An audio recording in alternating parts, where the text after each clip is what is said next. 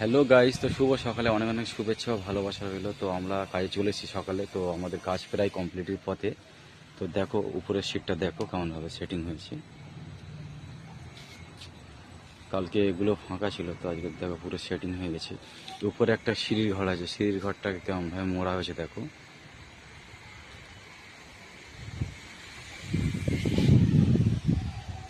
এটা হচ্ছে ভিতরের লুক।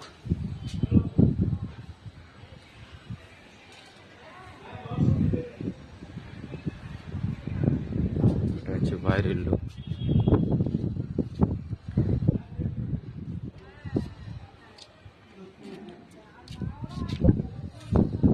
এটা এটা সিঁড়ির ঘর আছে।